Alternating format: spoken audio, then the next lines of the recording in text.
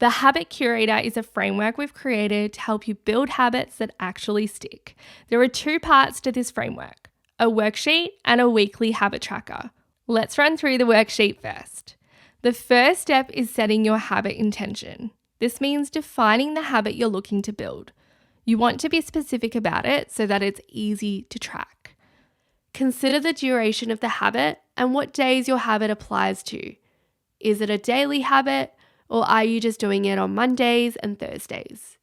One way to define your habit is to include the time of day and the location in your definition. Try using this formula.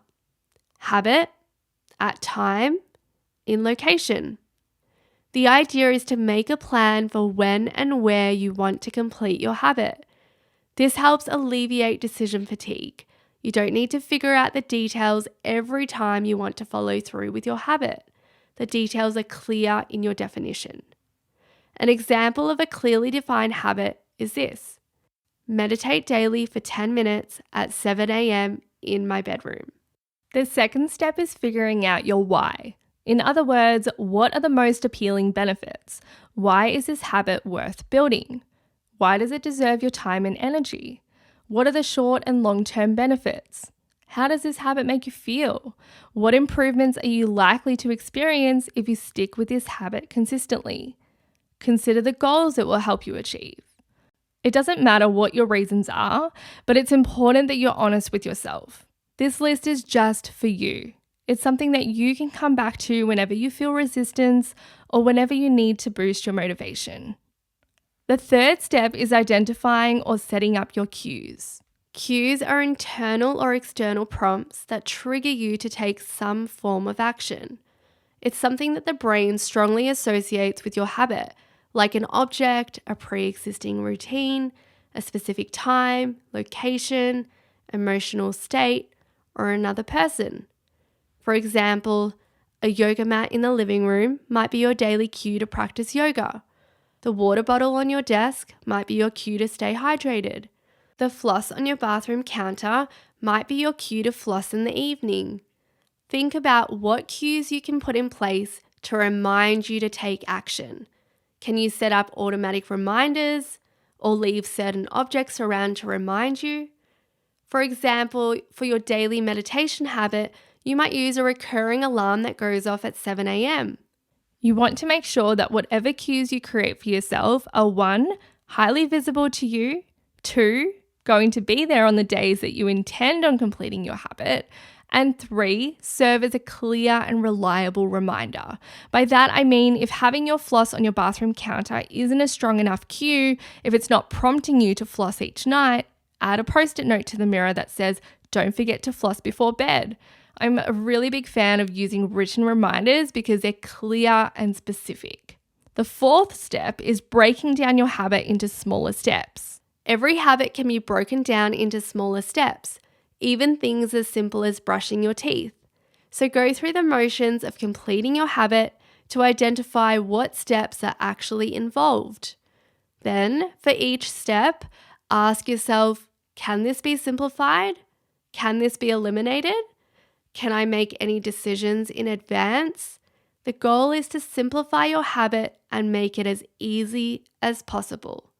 The fewer steps involved, the easier it is to complete, and the more likely you are to repeat your habit.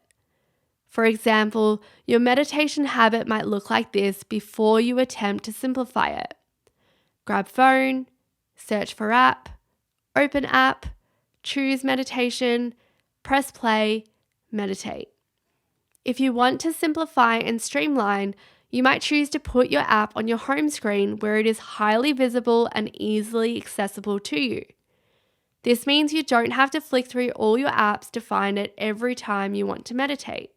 The other thing you could do, if the app that you use allows it, is set a default meditation so that all you need to do is open the app and press play. After making these changes, your habit might look like this.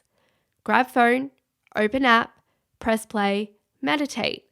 We've eliminated 2 whole steps from the process. The 5th step is to choose your reward. The reason why you want to implement an immediate reward is because it will reinforce your habit.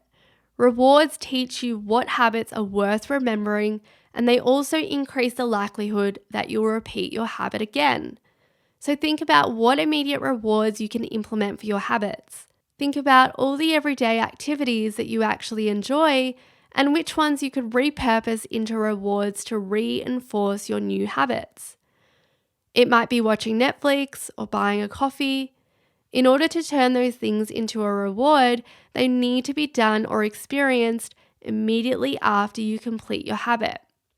Step 6 is about setting yourself up for success. Think about what actions you need to take before you can effectively build your desired habit.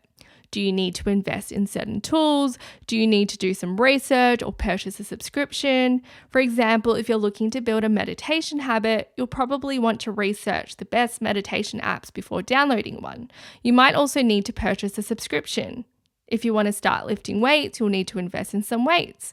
If you want to floss your teeth, you'll need to purchase some floss. You get the idea. Think about what actions you need to take before you can start building your habit. Lastly, we've included a habit tracker on the weekly spread so that you can track the habits you're building at any given time. There are so many benefits to tracking your habits. It provides clear evidence of your progress, which can be highly motivating because once you've got a streak going, you won't want to lose it. It provides immediate satisfaction. It's so rewarding. I mean, who doesn't love ticking off their habits? It makes you more mindful and aware of how you are actually spending your time. And it also serves as an additional reminder to complete your habits, especially since the habit tracker is positioned on your weekly spread, which means if you're using Curation daily, it's what you'll be seeing every day. We've also created an ebook called Curating Habits That Stick that you can download for free. It explains all these concepts in a lot more detail. I'll include the link to that below.